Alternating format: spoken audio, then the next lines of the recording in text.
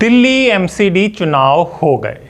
जी हाँ, मेयर और उप मेयर चुने जा चुके हैं और वही हुआ जो सबको पता था, जैसा आपने चाहा था और जैसा बीजेपी ना चाहते हुए भी उसको करना पड़ा। जी हाँ, हार के जीतने वाले को क्या कहते हैं, दिल्ली की एमसीडी की सियासत का आज हम पूरा विश्लेषण करेंगे।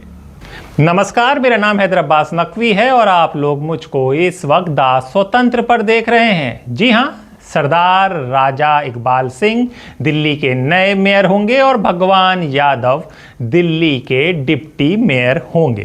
दिल्ली की जनता के हित में जो भी फैसले होंगे वो बिना किसी भेदभाव व पक्षपात के लिए जाएंगे। गत कुछ वर्षों से दिल्ली में विकास की गति धीमी हो गई थी, उसे दिल्ली सरकार तथा केंद्र सरकार के साथ मिलकर उन्हें गति प्रदान की जाएगी। और ये दोनों भाजपा के हैं, क्योंकि आपने अपने आप को इस इलेक्शन से बाहर कर लिया था।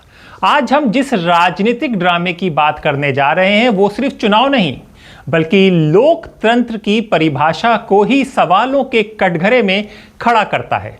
जी हाँ, सवाल सीधा है, जब कोई बिना लड़े जीत जाए तो क्या उसे विजेता कहा जाएगा या राजनीति का कुशल खिलाड़ी, या उसको राजनीति का राजा कहेंगे जिसने उसको बिना लड़े जिता दिया है, और जो मैदान छोड़ दे क्या वो डरपोक कहलाएगा या फिर राजनीतिक योद्धा। आजकल दिल्ली में यही चर्चा चल रही है। तो चलिए शुरुआत करते हैं उस खबर से जिसने ये बहस शुरू कर दी, क्या हुआ एमसीडी में। जैसा आपको पता चल गया है कि एमसीडी के मेयर और डिप्टी मेयर दोनों भाजपा के हैं। दिल्ली की एमसीडी यानी नगर निगम के मेयर पद का चुनाव हुआ। पिछले साल आम आदमी पार्टी ने भारी बहुमत से एमसीडी जीती थी, लेकिन अब आपने मेयर पद के लिए अपना कोई भी उम्मीदवार नहीं उतारा और बीजेपी बिना लड़े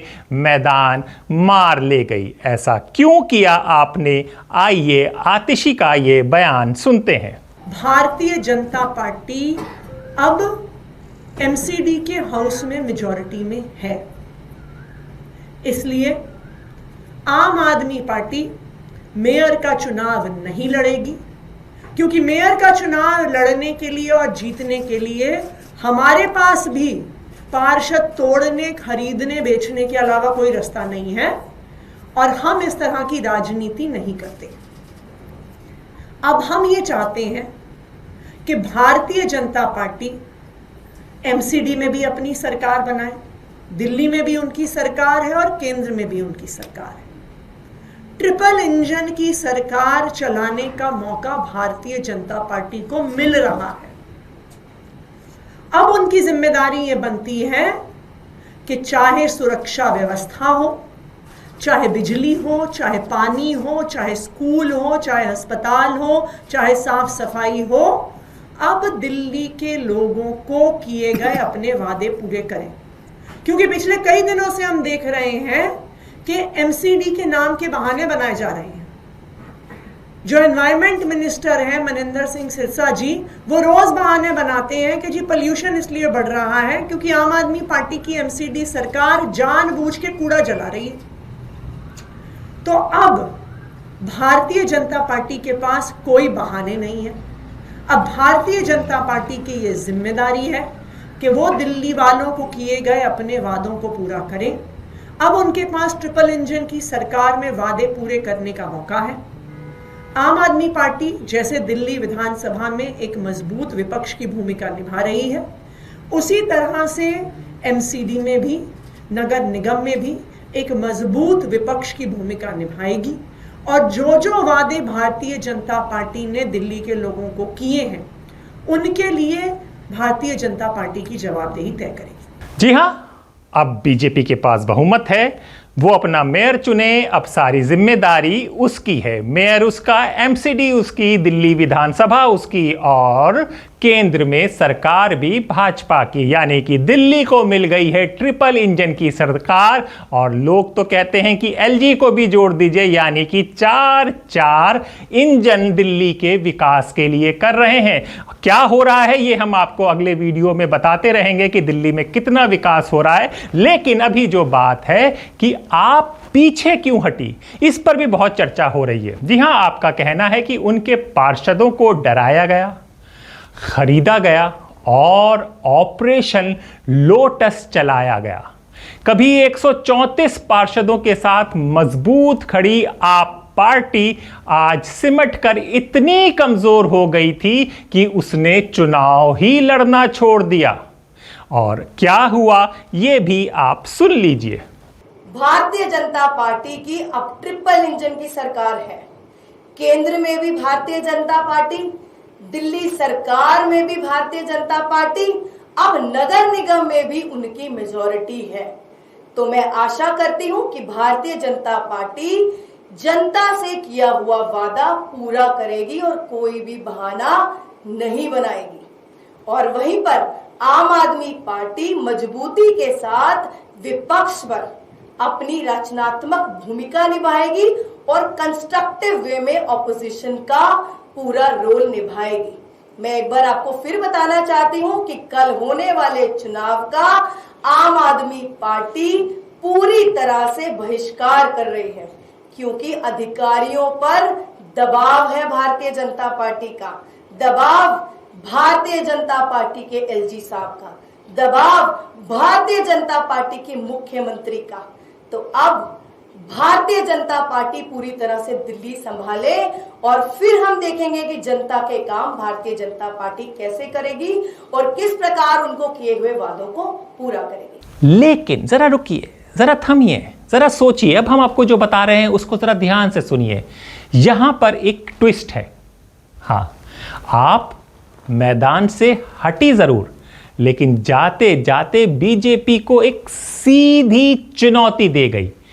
अब सिर्फ आप यानी बीजेपी ही जिम्मेदार है सफाई, कूड़ा, सीवर, मच्छर, गड्ढे, सबका हिसाब अब आपसे मांगा जाएगा। तो आइए अब देख लें कि सोशल मीडिया पे किस तरह की पोस्टें चल रही हैं, किन किन गलियों में कूड़ा है, कहां कहां एंक्रोचमेंट हो रहा है और कहां कहां से कूड़ा हटाया नहीं जा रहा।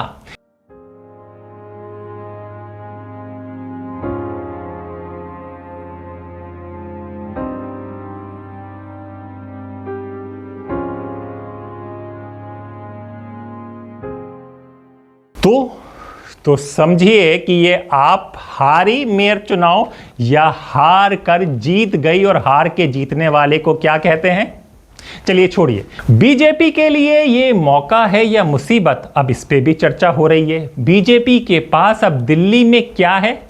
केंद्र सरकार, उपराज्यपाल, दिल्ली पुलिस और अब एमसीडीबी। 4 इंजन की यह सरकार क्या दिल्ली की तस्वीर बदलेगी या ये इंजन अलग अलग दिशा में दौड़ेंगे और जनता बीच सड़क में खड़ी रह जाएगी? अब महापौर उनका आ रहा है।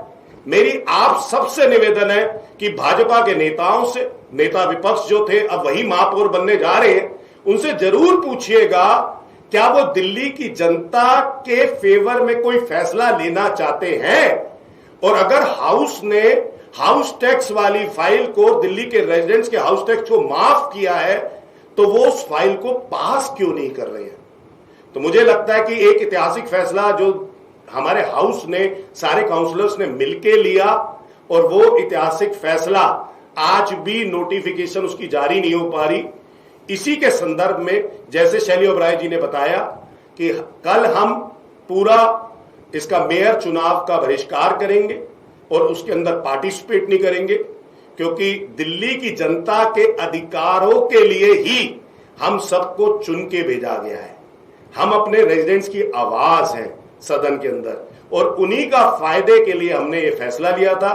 और मुझे उम्मीद है कि जो आम आदमी पार्टी ने ऐतिहासिक फैसला जनता के हक के लिए लिया है, उनके अधिकारों के लिए लिया है, भाजपा आगे जाके उस फैसले को अमल करे और अपने कमिश्नर और एलजी को, कमिश्नर साहब को तुरंत ये दिशा निर्देश दे कि इस फाइल को पास करके आगे प्रोसीड किया जाए और इसको तुरंत इंप्लीमेंट किया जाए और दिल्ली की जनता का फैसला हो सके। जनता क्या चाहती है, क्योंकि जनता ही सब कुछ चाहती थी, जिसने आपको बदल दिया, आपके काम से परेशान थी इसलिए बदल दिया, या बीजेपी के वादे इतने थे, मोदी की गारंटी इतनी थी, उसके लोभ में आ गई। तब की जनता को, दिल्ली की जनता को अभी तक कुछ मिला नहीं है। जो मिलता आया था वो भी धीरे धीरे खत्म हो रहा है या रोक दिया गया है। तो जनता क्या चाहती है? जनता चाहती है दिल्ली की गलियों से कूड़ा उठे, लोग मास्क लगा के ना घूमे, बच्चे गंदे पानी